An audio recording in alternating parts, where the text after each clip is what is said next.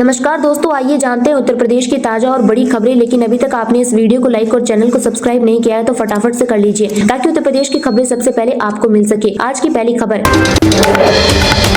UP के सभी जिलों में मौसम रहेगा शुष्क, 10 दिनों तक तेज धूप के साथ बढ़ेगा पारा। वैज्ञानिक बोले 40 डिग्री के पार जाएगा तापमान। जी आपको बता दें कि यूपी के सभी जिलों में मौसम विभाग ने ग्रीन अलर्ट जारी किया है। वहीं सोमवार को प्रदेश के विभिन्न इलाकों में दिन के तापमान में 1 से 2 डिग्री सेल्सियस तक की बढ़ोतरी देखने को मिली है। मौसम विभाग का कहना है कि अगले 4 से 5 दिनों में कई इलाकों में पारा 40 डिग्री तक पहुंच सकता है। मार्च का आखिरी हफ्ता तपिश भरा रहेगा। पिछले 24 घंटे में यूपी का अयोध्या और प्रयागराज सबसे गर्म शहर रहा, जिसका तापमान 36 डिग्री सेल्सियस दर्ज किया गया। वहीं सबसे कम न्यूनतम तापमान कानपुर का 13 डिग्री सेल्सियस दर्ज किया गया। मौसम वैज्ञानिक मनोज श्रीवास्तव ने कहा कि यूपी में अब पश्चिमी विक्षोभ का असर खत्म हो गया है। उन्होंने बताया कि बुधवार से सभी जिलों में तापमान 3 से 4 डिग्री तक बढ़ेगा। उन्होंने बताया कि मार्च के अंतिम सप्ताह में पारा 40 डिग्री के बाद भी जा सकता है। राज्य में अगले 10 दिन बारिश की संभावना नहीं है। वहीं 28 मार्च से 30 से 40 किलोमीटर प्रति घंटे की रफ्तार से पछुआ हवाएं चलने का पूर्वानुमान है।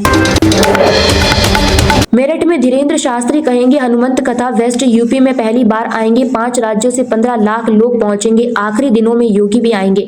जी हां साथियों, आपको बता दें कि मेरठ में 5 दिन तक हनुमंत कथा हो रही है। बागेश्वर धाम के मुख्य आचार्य पंडित धीरेन्द्र शास्त्री मेरठ पहुंचे हैं। 25 से 29 मार्च तक 5 दिन चलने वाली कथा में करीब 15 लाख श्रद्धालुओं के आने का अनुमान है। यहाँ रुद्रावतार हनुमान के चरित्र, उनकी जीवन लीलाओं के प्रसंग सुनाए जाएंगे। हर दिन दोपहर 2 से शाम 6 बजे तक कथा सुनाई जाएगी। पंडित धीरेन्द्र शास्त्री की वेस्ट यूपी में ये पहली कथा है। पंडाल सज चुका है। इसमें 1 लाख लोगों के बैठने की व्यवस्था है। पदाधिकारियों ने सीएम योगी से मुलाकात की। उन्होंने कहा कि 28 से 29 मार्च को अनुष्ठान में शामिल होने के लिए मुख्यमंत्री मेरठ आ सकते हैं। आयोजन कर रहे संयुक्त व्यापार संघ के पदाधिकारियों का दावा है कि यूपी के अतिरिक्त दिल्ली, हरियाणा, राजस्थान, मध्य प्रदेश, बिहार से लोग कथा सुनने के लिए पहुंच रहे हैं। हनुमंत कथा को लेकर मेरठ पुलिस ने रूट डायवर्जन प्लान जारी किया है। कॉमेडियन कुणाल बोले माफी नहीं मांगूंगा, नेताओं का मजाक उड़ाना गलत नहीं, बेड के नीचे छिपकर नहीं बैठूंगा, भीड़ से नहीं डरता।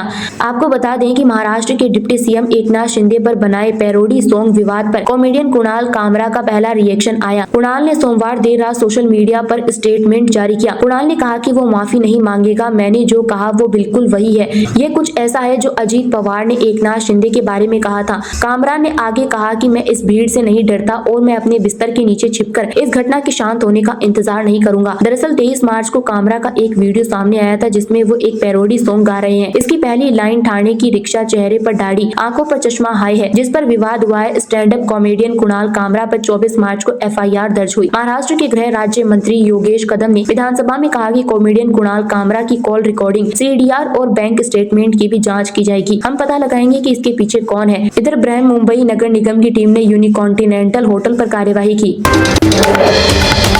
वाराणसी में प्राइवेट कोचिंग चलाने के लिए लेना होगा लाइसेंस। छात्रों की संख्या के हिसाब से नगर निगम वसूलेगा टैक्स। 1 अप्रैल से लागू होगी व्यवस्था। आपको बताते चले कि वाराणसी में अब प्राइवेट कोचिंग सेंटर के संचालन के लिए नगर निगम से लाइसेंस हासिल करना होगा। छात्रों की संख्या के हिसाब से टैक्स की धनराशि देनी होगी। नगर निगम ने पहली बार प्राइवेट कोचिंग सेंटर के लिए उपविधि तैयार की है। ये उपविधि वाराणसी नगर निगम प्राइवेट कोचिंग सेंटर नियंत्रण उपविधि 2024 कहलाएगी। प्राइवेट कोचिंग सेंटर्स के लिए जारी उपविधि का प्रस्ताव नगर निगम के सदन में पास हो चुका है। प्राइवेट कोचिंग का संचालन करने के लिए नगर निगम ने लाइसेंस लेने और टैक्स जमा करने के 2 माह का समय दिया है। संचालकों को 1 अप्रैल से 31 मई के बीच कोचिंग सेंटर से संबंधित निर्धारित टैक्स जमा करना होगा। 31 मई के बाद नगर निगम लाइसेंस से जुड़े टैक्स का 50% विलंब शुल्क देना पड़ेगा।